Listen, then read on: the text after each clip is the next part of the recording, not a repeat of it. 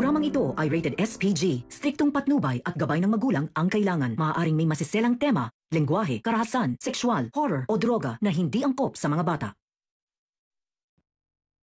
Agaw buhay si Annalyn ngayon sa ospital.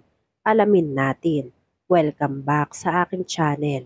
Mga kaganapan sa abot kamay na pangarap. Napaka-intense nga ng mga kaganapan sa abot kamay na pangarap.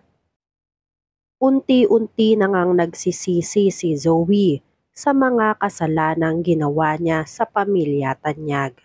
At sa kagustuhan ngang bumawi nitong si Zoe, ay nagplano siyang puntahan si Doc Carlos.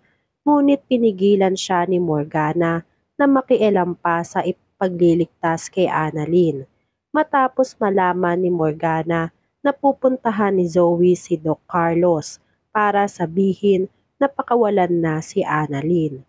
Pagkakataon na raw nila Morgana na mawala sa buhay nila si Annalyn kung sakaling patayin ni Doc Carlos si Annalyn dahil wala nang magiging kahati kay Zoe sa pamana nito at dahil nagpupumilit si Zoe na magpunta kay Doc Carlos ay napilitan si Morgana na dalhin si Zoe sa opisina nito at dito nga ay nakita ni Zoe si Olga na nakaposas na.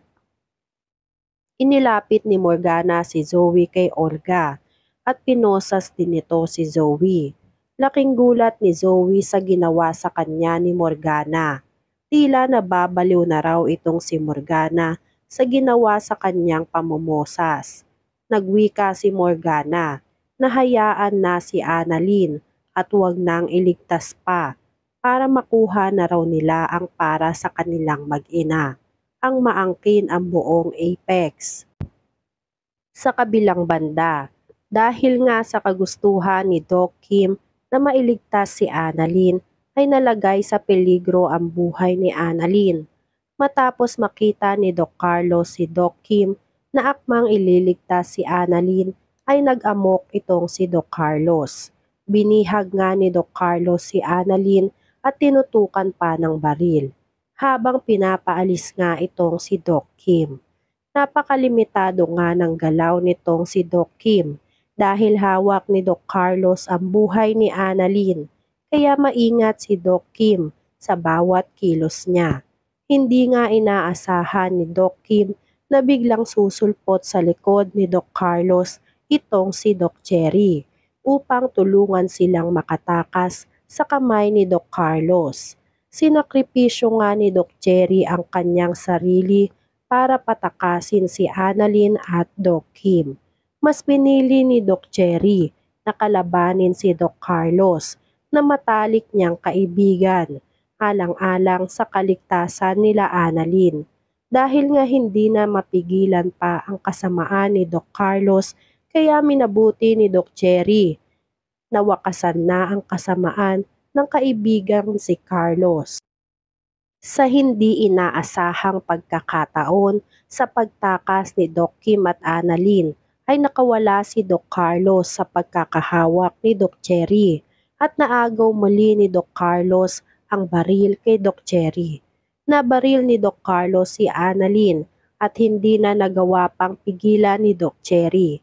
Dahil sa tama ng baril ni Annalyn, ay tumumba ito sa sahig, dahilan sa pagkaudlot ng pagtakas nilang dalawa ni Doc Kim. Samantala, hindi na makapag-antay pa si Lynette sa tulong ng mga pulis dahil atat na si Lynette na mailigtas ang anak nilang si Annalyn sa kamay ni Doc Carlos. Gusto ni Lynette na isakripisyo ang sarili niya, alang-alang sa anak niyang si Annalyn. Kaya nagdesisyon si Lynette na tawagan si Doc Carlos upang kumbinsihin na ibalik na sa kanila si Annalyn, kapalit ng pagpapatawad ni Lynette sa kanya. Bagay na tinutulan nga nitong si RJ dahil malalagay lang lalo sa peligro ang buhay nilang dalawa at hindi hahayaan ni RJ na dalawa pa sila ni Annalyn na makuha ni Doc Carlos. Subalit desidido na nga itong si Lynette sa gagawin niya dahil hindi na kaya pa ni Lynette na mag-antay na lang sila kung kailan maililigtas ang anak nilang si Annalyn dahil lumalakad raw ang oras at araw na hindi nila kasama si Annalyn at hindi alam ni Lynette kung ano pa ang mga susunod na gagawin ni Doc Carlos dito kay Annalyn dahil kilala nila si Doc Carlos na kapag hindi nakuha ang gusto nito ay masasaktan talaga ang nasa paligid nito. Samantala, dahil sa tama ng baril ni Annalyn sa likod ay sinakripisyo muli ni Doc Jerry ang buhay niya. Muli niyang hinawakan si Doc Carlos para maitakbo ni Doc Kim si Annalyn at makasakay sila ng kotse nito. Nagmadaling alalayan ni Doc Kim si Annalyn hanggang sa makasakay sila ng kotse. Naiwan si Doc Jerry kasama si Doc Carlos habang si Annalyn at Doc Kim ay nakasakay na ng kotse ni Doc Jerry. Tuluyan na lang nakatakas si Annalyn at Doc Kim sa kamay ni Doc Carlos at dinala ni Doc Kim si Annalyn sa ospital upang magamot ang damong sugat nito sa pagkabaril ni Doc Carlos. Nag-aalala si Doc Kim sa nangyari kay Annalyn. Agad na tinawagan ni Doc Kim si RJ upang ibalita na sa wakas ay kasama na niya si Annalyn. Walang mapagsidlan ang saya na nararamdaman ni RJ, lalong-lalo na si Lynette. Ngunit hindi pa rin nawawala syempre ang pag-aalala sa kalagayan ni Annalyn dahil kritikal ang buhay nito matapos mabaril ni Doc Carlos. Isa pa sa pinangangambahan nila na baka puntahan sila ni Doc Carlos dahil nakatakas si Annalyn at kunin naman nito si Lynette. Nagpasalamat si Lynette at RJ kay Doc Kim sa ginawa nitong pagsasakripisyo. Nagtataka lang sila kung paano nalaman ni Doc Kim kung saan matatagpuan si Annalyn. Kaya kwinento ni Doc Kim mula umpisa kung paano niya nalaman kung saan ang hideout ni Doc Carlos. At dahil nga sa pagtatraidor ni Doc Jerry kay Doc Carlos, ay pinagbalingan ni Doc Carlos si Doc Jerry ng galit niya. Binaril ni Doc Carlos si Doc Jerry.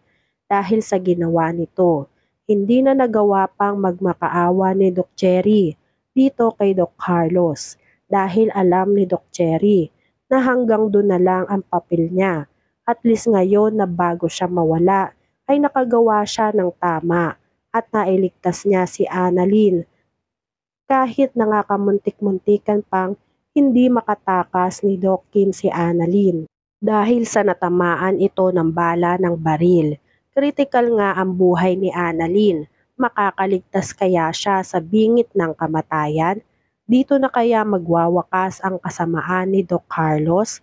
O nagsisimula pa lang muli ang kasamaan ni Doc Carlos? Yan nga ang mga kaganapan at mga dapat nating abangan dito sa Abot Kamay na Pangarap. Kung gusto nyo pa ng mga ganitong klaseng video, ay mag-subscribe at i-like itong video na to. Maraming salamat po. Catch you!